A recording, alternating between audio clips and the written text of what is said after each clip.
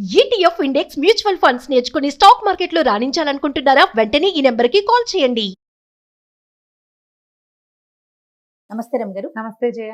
రమగారు, ఏదైనా దెయ్యాలు, భూతాలు, రాక్షసులు వీటికి సంబంధించి ఏమైనా కథలు ఉంటే చెప్పండి. నీకు రాక్షసుల కథలు అవి చెప్పాలంటే రామాయణం చెప్పాలి కదా, అంత పెద్దది ఎలా చెప్తాం? సింపుల్ టైమే కదా మనకి, 10 నిమిషాల కథ కూడా చెప్తా చూడు. పూర్వం అంటే ఒక పల్లెటూరులో అవతారం అని ఒక కుర్రాడు ఉండేవాడు. వాడికి అవ్వ వాళ్ళు ఉండేవాళ్ళు, మామయ్యలు వాళ్ళు ఉన్నారు, కానీ అమ్మ నాన్న లేరు వాడికి. ఒక ముసలి మామగారు అతనికి తోడుగా ఉండేది. వీడికి ఉద్యోగం వచ్చింది. పట్నం వెళ్ళి ఉద్యోగం ఇంటర్వ్యూ వ్యవహారాలన్నీ చూసుకుని వచ్చాడు. వాళ్ళు వచ్చి ఉద్యోగంలో చేరమన్నారు. ఇంటికి వచ్చి బట్టలు గిట్లు తీసుకెళ్ళటానికి వచ్చి అవ్వకి చెప్పాడు, నాకు ఉద్యోగం వచ్చింది అవ్వ, వాళ్ళు ఒప్పుకున్నారు, నేను బట్టలు సర్దుకుని వెళ్తాను, కాస్త ఇల్లు వాకిలి చూసుకున్నాక కబురు చేస్తాను, నువ్వు వద్దు కానీ అందాక నేను ఎక్కడో తింటాలే ఏదో చెప్పాడు. అవ్వ ఏమంది, ఒరే మరి ఆదిలక్ష్మి పెళ్లి కదరా, నువ్వు వెళ్ళవు అంది. వీడు గుర్తొచ్చింది, ఆదిలక్ష్మి వీడి మేనమావ కూతురు. ఆ అమ్మాయి ఒక్క 2 ఏళ్ళు ఎంతో పెద్దది. చిన్నప్పుడు మేనమావ గారింట్లో తల్లి తను ఉండగా బాగా ఆడుకునే వాళ్ళు ఇద్దరు కలిసి. అయ్యో మరి ఆదిలక్ష్మి పెళ్లికి వెళ్ళకపోతే ఎట్టా, రేపు మధ్యాహ్నమో ఎప్పుడో పెళ్లి, సరేలే పడుకో తెల్లవారుజామునే బయలుదేరుదుగా అని అందాం. అబ్బే తెల్లవారుజామున వెళ్తే పెళ్లి సమయానికి అందుకుంటాను, అటా కాదు ఇప్పుడు గట్టిగా అన్నం తిని కాలు జాడిచ్చి వెళ్ళిపోయాను అనుకో, ఏ రాత్రికో చేరిపోతా, పడుకుంటే తెల్లవారి పెళ్లి పనులలో జొరపడచ్చు, పొద్దున్నే కనపడతానన్నాడు. అవ్వేమంది, ఒరే ఈ దారి మంచిది కాదంటే, నన్నేం చేస్తాయి, దారి మంచిది కాకపోతే మాత్రం నేను వెళ్లాల్సిందేనన్నాడు. సరే ఆవిడ ఏం చేస్తే, ఆవిడంత ప్రయాణాలు చేయగలిగే ఆవిడ కాదు, పెళ్లి గిల్లికి ఆవిడ రాదు, ఏవోమో అవి ఇవి కట్టించింది. సరే 7:30 గంటల గట్ల భోజనం చేసేశాడు. ఆవిడ కట్టించిన 2 సంచులు భుజాన్ని వేసుకుని గాల్లో తేలిపోతూ పెళ్లికి వెళ్తున్నాడు. ఇప్పుడు ఉద్యోగం కూడా కుదిరిందిగా, మామయ్య సంతోషిస్తాడని ఆలోచించుకుంటూ వెళ్ళాడు. వెళ్తే ఏమైంది, దారిలో వాడికి 2 పిశాచాలు తారసపడ్డాయి. పట్టుకుంది. వీడు లోపల ఉనికిపోతున్నాడు, బయటికి మాత్రం బాగా టైట్గా నుంచున్నాడు. నుంచుంటే ఎక్కడికి వెళ్తున్నావు, నువ్వేమిటంటే నేను పెళ్లికి వెళ్తున్నాను. అయ్యో నువ్వు పెళ్లికి వెళ్తూ మమ్మల్ని తీసుకెళ్ళవా, మమ్మల్ని తీసుకెళ్ళు అని అనేసరికి వీడు ఒప్పుకోలే. అటు పెళ్లికి తీసుకెళ్తే ఎట్లా, పిశాచాలను పెళ్లికి వెంబడి పెట్టుకెళ్తే మా మామయ్య ఊరుకుంటాడా అంటే, ఒకవేళ కనుక నువ్వు మమ్మల్ని వెంబడి పెట్టుకుని వెళ్ళకపోతే చెట్టు కట్టేస్తాం, నిన్ను పెళ్లికి వెళ్ళనివ్వం. ఓహో, వీడికి పెళ్లికి వెళ్ళాలా పిశాచాలని వెంట పెట్టుకు వెళ్ళాలా తేల్చుకోలేకపోయాడు. సరే బాగా ఆలోచించుకుని, సరే పదండి కానీ అక్కడ ఏం అల్లరి చేయొద్దు, మా మామయ్యకి తెలియనివ్వకుండా ఉంచండి అన్నాడు. ఆ పిశాచాలతో పాటు నడిచి వెళ్తూ ఉంటే వీడికి భయం వేయటం మొదలుపెట్టింది. ఏ మామయ్యకో తెలిస్తే ఏమైనా ఉందా, అసలు రాత్రి ఎందుకు వచ్చావంటారు, వీటిని ఎందుకు వెంట పెట్టుకొచ్చావంటారు, లేకపోతే నువ్వు మానేయకపోయావా అంటారు, పెళ్ళైపోయాక వెళ్తే ఏమైనా బాగుంటుందా, ఏం చెయ్యాలో తెలియక సరేనన్నాడు. అవి 2 లోపలికి వచ్చినాయి. వీడు పెళ్లి వాళ్ళ ఇంట్లోకి రాత్రి 11 గంటలకు ప్రవేశించాడు. మామయ్య చూశాడు, ఏరా ఏమిట్రా అట్లా చెమటలు కక్కుతున్నావు, నడిచి వచ్చేసరికి గడగడలాడిపోతున్నా అంటే, ఆ ఒంట్లో దడగా ఉంది మావయ్య అని చెప్పి సరే పడుకోమన్నారు. వీడు పోయి ఒక గదిలో మునగ తీసుకుని పడుకున్నాడు. ఈ పిశాచాలు 2 పందిట్లోకి వచ్చేసినాయి. ఇవి వచ్చినవి ఏం చేసినాయి, రూపాలు మార్చుకున్నాయి. మొట్టమొదటేమో ఈ అమ్మాయి ఉన్న గదుల్లోకి ఒకటి బయలుదేరింది. అదేం చేసింది, అబ్బాయి వాళ్ళ అమ్మగా వేషం వేసుకుని వెళ్ళిపోయింది. లోపలికి వెళ్ళాక ఆ పెళ్లి వాళ్ళని తెల్లవారుసాము వస్తుంది అంటే 3:30, 4 అయ్యేసరికి వీళ్ళు గౌరీ పూజ కూర్చోవాలి, అవి ఉంటాయిగా వ్యవహారాలు, మంగళ స్నానాలు గందరగోళాల్లో ఉన్నారు. ఇదేం చేసింది, మగ పిల్లవాడి పెళ్లి కొడుకు తల్లిగా వేషం వేసుకుని ఆ లోపలికి వెళ్ళింది. ఏది మీరు జయించిన సారేది చూపించండి అని కేకేసింది. వాళ్ళు ఏం చేశారు, ఇదిగోండి బూరెలు, తర్వాత ఇవి లడ్డూలు, బూరెలు లడ్డూలు కాకుండా ముందు లడ్లు అరిసెలు, తర్వాత ఏమో చలివిడి అన్ని నిలవుండేవి కదా, పెళ్ళిళ్ళకి ఏం చేస్తాం మైసూరు పాకులు అవి చేస్తాం, 10 రోజులు ఉన్నా పాడవకుండా ఉంటాయి.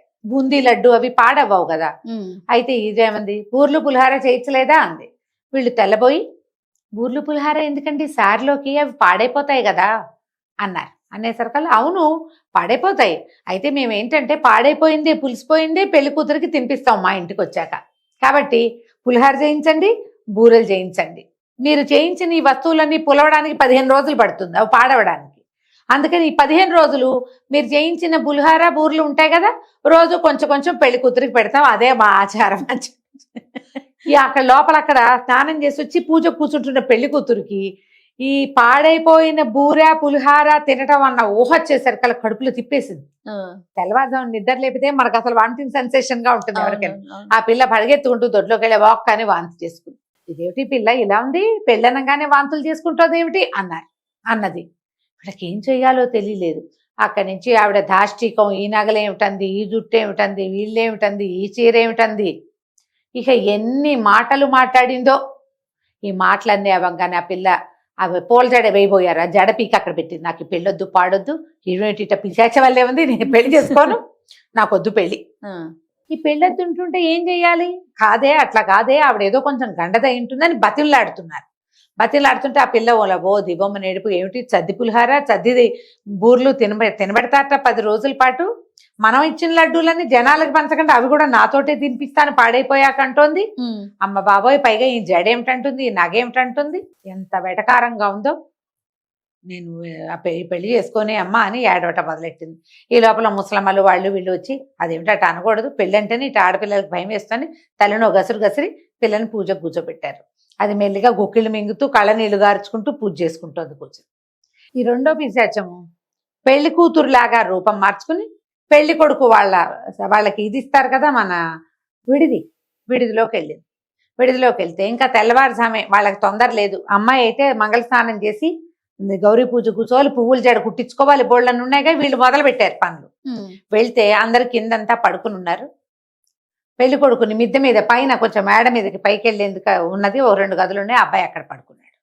ఈ అమ్మాయి నడుచుకుంటూ పైకి వెళ్ళిపోయింది. అమ్మాయి వేషంలో ఉందిగా పిశాచి, విసిన్ కర్ర ఒకటి పుచ్చుకెళ్ళింది. అక్కడేమో దోమలు కుడుతున్నాయి, అబ్బాయి దోమలు తోలుకుంటున్నాడు. వెళ్ళగానే పెళ్లి కూతురు దీప పెరుగులో చూసి, ఇదేమిటి ఇలాగొచ్చావు, పెళ్లి కూతురివి ఎవరైనా చూస్తే ఏమనుకుంటారు అన్నాడు. ఏముంది అనుకోవటానికి, నిన్ను ఒకసారి చూడాలనిపించి వచ్చాను, నువ్వు ఎంత చక్కగా తయారయ్యావంటే, ఏమిటి తయారయ్యేది, మీ ఊరంతా దోమలంటే ఇదేం చేసింది, పెళ్లి కూతురు వేషంలో ఉందిగా, విసిన్ కర్ర పెట్టి ఒకటేసింది పెళ్లి కొడుకుని. ఏమిటి అంటే దోమ అంది. ఇక దోమ వాలినప్పుడల్లా పెడి పెడి పెడి పెడి చిత్త కొట్టేసింది పెళ్లి కొడుకుని. వాడు ఏమిటి కొడుతున్నావేమిటి, నేను దోమలతో విసురు, నువ్వు విసిన్ కర్ర పెట్టి విసురు, అంతేగాని కొట్టద్దంటాడు. దోమ వాలిందని కొట్టేస్తుంది. కొట్టి ఇన్ని దెబ్బలు తినేసరికల్లా ఇట్లా కొడుతున్నావు, నేను ఇలా చేసావంటే నేను నిన్ను పెళ్లి చేసుకోను అనేసరికల్లా ఈ అమ్మాయి అంది, అదేమిటి 2 దెబ్బలకే ఇలా అంటావు, రేపొద్దున నీ వంట నచ్చకపోతే ఇంతకంటే ఎక్కువ కొడతాను నిన్ను అన్నది. అనేసరికి నిర్ఘాంతపోయాడు పెళ్లి కొడుకు. ఏమిటి పెళ్ళి అయ్యాక నేను వండాలా అన్నాడు. మరి నువ్వు కాకపోతే ఎవడు వండుతాడు, మా ఇంట్లో అందరంతే, పెళ్లి చేసుకున్నావంటే పెళ్లి కొడుకు వండాల్సిందే. ఒకవేళ వంట నచ్చలేదనుకో నేను చిత కొట్టేస్తా, నేను ఊరుకోను, అందుకని నీకు శాంపిల్గా ఈ కొడుతున్నాను అని చెప్పి చిత కొట్టు వదిలిపెట్టింది ఆ విసిన్ కర్రతోటి. వీడు లబో దిబోమని అమ్మ అక్క అని కేకలు పెట్టాడు. అమ్మాయి వేషంలో ఉన్న పిశాచేమో దిగెళ్ళిపోయింది. అమ్మ అక్క వీడేదో అరుస్తున్నాడని ఆ పిల్ల దిగుతోంది, వాడు చూసుకోలేదు. పిశాచి కాదు, కనపడలా.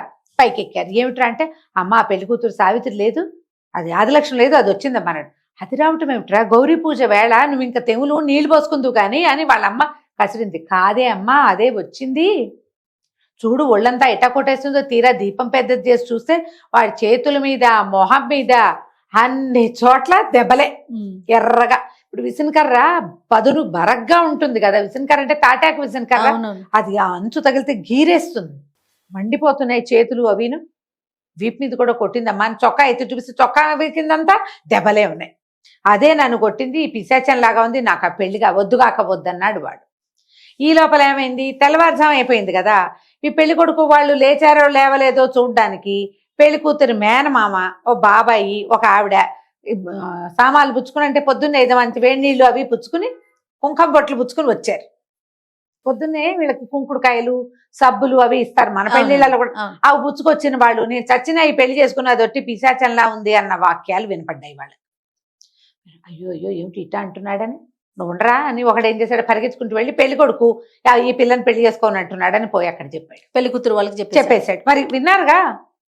ఈ లోపల ఏమైంది, ఎప్పుడైతే ఈ పిల్ల ఏడుస్తూ కూర్చుందో, ఎవరో మేనమావ కూతుళ్ళు 2 ఆడపిల్ల వచ్చారు. ఇందుకే వదినా ఏడుస్తున్నావు అన్నారు. నేను ఈ పెళ్లి చేసుకుని వాళ్ళ అమ్మ ఎంత రాకాసిలా ఉందో, రేపు పొద్దు నుంచి చంపుతుంది, చదుపులహార పెడతానంటోందే అని అదే ఏడవటం మొదలెట్టింది. ఈ పిల్లల ఒక కోణంగి కిందకెళ్ళి ఆ పెళ్లి కూతురు కూడా ఈ పెళ్లి చేసుకొని ఉంటుంది హోయ్ అని చెప్పేసి అది చెప్పేసరికి ఏమైంది, వాళ్ళకి కామన్ చుట్టాలు కొంతమంది ఉంటారుగా, అందులో ఉన్న కుర్రాడు ఒకడు, పిల్లది ఒకటి, వీళ్ళు పరిగెత్తుకుంటూ వెళ్ళి పెళ్లి కూతురు పెళ్లి చేసుకుంటాను అంటోంది, అత్తగారు పిశాచని చెప్పుకుంటున్నారు అక్కడ అనేసరికి అత్తగారు తెలిపింది, నేను ఇప్పుడు మాట్లాడాను, అసలు ఆవిడకి నోట్లో నాలికే లేదు.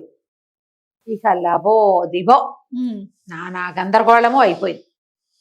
అందరూ మాట్లాడేసుకున్నారు ఎవరి దారిని వాళ్ళు. మాట్లాడేసుకున్నాక ఏమైంది, ఈ మాటలు గొడవ అయిపోయింది. ఆ వీడిదిల్లు పెళ్లిళ్ళు ఎదురు బదురు వీళ్ళే. ఇటు నుంచి అటొకడు వెళ్తున్నాడు, అటు నుంచి ఇటొకడు వస్తున్నాడు. వాడు చేసుకొని అంటున్నాడు అని ఇక్కడ చెప్తారు, ఇది చేసుకొని అంటుందని అక్కడ చెప్తారు. అందరూ బయట చేరారు, గందరగోళంగా మాట్లాడుకుంటున్నారు. ఈ లోపల ఏమైంది, మేనమావకి జ్ఞాపకం వచ్చింది. రాత్రి అవతారం వచ్చాడు, తెల్లవారుజాము నుంచి అర్ధరాత్రి వచ్చాడు. వాడికి ఓ పక్కన పుట్టాడు జ్వరం అన్నాడు. వాడికి అసలు వైద్యం కుదిరిందో లేదో, ఈ పెళ్లి కోసం అనవసరంగా చలివేళ బయలుదేరి వచ్చాడు అని అవతారం ఎదురా ఏడురా అంటే వాడు గదిలో వణుక్కుంటూ కూర్చున్నాడు. మావయ్య లోపలికి వెళ్ళేసరికి వీడు గజగజ వణుకుతూ, మావయ్య నన్ను క్షమించు, 2 పిశాచాలు కనపడ్డాయి దారిలో, వాళ్ళని వెంబడి పెట్టుకొచ్చాను. అవి రెండే చేసిన వీడికి తెలియదు, బయట ఏం జరుగుతుందో తెలియటలా. ఎప్పుడైతే ఈ పిశాచాలు వచ్చినాయి, వాళ్ళు పెళ్లి వాళ్ళలాగా వేషం వేసుకుని వస్తామని చెప్పినాయి, ఇద్దరు 2 ఆడవేషాలతో వచ్చారు అనగానే ఈయనకు అర్థమైంది, ఓహో ఇది జరిగింది. ఓ పిశాచం అక్కడికి, ఓ పిశాచం ఇక్కడికి వచ్చి ఇదిగో ఇది ఈ తంతంతా చేసేసినాయని ఈయన బయటికి వెళ్ళి, ఒరే ఆంజనేయ స్వామి విగ్రహం పైన ఎక్కడుందో పట్టుకురండి, ఒకసారి భజన చేద్దామన్నారు. వాళ్ళ ఇంట్లో ఒక ఆంజనేయ స్వామి ఉన్నాడు లోపల. ఎప్పుడైతే ఆంజనేయ స్వామి బయటకు వచ్చి వీళ్ళందరూ ఆంజనేయ స్వామి భజన మొదలు పెట్టగానే 2 పిశాచాలు ఈ చక్కగా బట్టలు కట్టుకుని పెద్ద మనుషుల్లాగా తిరుగుతున్నాయి అక్కడవి. ఎవరు చుట్టాలో తెలియదు, వీళ్ళ చుట్టాలని వాళ్ళు అనుకుంటున్నారు, వాళ్ళ చుట్టాలని వీళ్ళు అనుకుంటున్నారు. అదే వాళ్ళంత మంది వస్తారు కదా ఆడవాళ్ళు, వీళ్ళిద్దరు ఒళ్ళు మంటలు పెడుతున్నట్టుగా కేకలు పెట్టి పరిగెత్తుకుంటూ బయటికి గుమ్మల నుంచి బయటకు వెళ్ళిపోయి ఎగిరిపోయారు. ఏం లేదు అక్కడ. అప్పుడు ఎదురు వాళ్ళు వీళ్ళు ఎదురు బదురు కూర్చుని ఎవరెవరు ఏం మాట్లాడారో మాట్లాడుకుని, అసలు ఆవిడ ఆ ఈ అమ్మాయి గౌరీ పూజ కూర్చుంది, అది రాలేదని. తర్వాత ఏమో అసలు ఆవిడ అత్తగారికి నోట్లో నాలుకెలేదు, పైగా ఆవిడకి నత్తి ఉంది. ఆవిడ మాట్లాడటం మొదలుపెట్టే నత్తి బయటపడుతుంది. ముందు వీళ్ళు చూసిన ఆవిడకి నత్తి గిత్తి ఏమీ లేదు, సద్దన్నం పెడతాం ఈ అమ్మాయికి అని చెప్పింది. అన్నీ మాట్లాడుకుని ఓహో ఇదే జరిగిందని ఇక అవతారం దడుచుకుపోయి ఉన్నాడు కదా. సరే ఈ లోపల ఎవడో ఆ ఊరి పురోహితుడు ఒక ఆయన వస్తే ఆయనతోటి ఓ రక్ష కట్టించి వీడు మళ్ళీ ఇంటికి వెళ్ళేటప్పుడు అవి వాడిని పట్టుకోకుండా లక్షణంగా పెళ్లి చేసేసారు. పెళ్ళి అయిన తర్వాత 2 రోజులకి ఇక్కడి నుంచే బయలుదేరి వెళ్ళి అవతారం ఉద్యోగంలో చేరిపోయాడు. కథ కంచికి మనం ఇంటికి. బాగుంది రమ్మ గారు. నమస్తే. నమస్తే.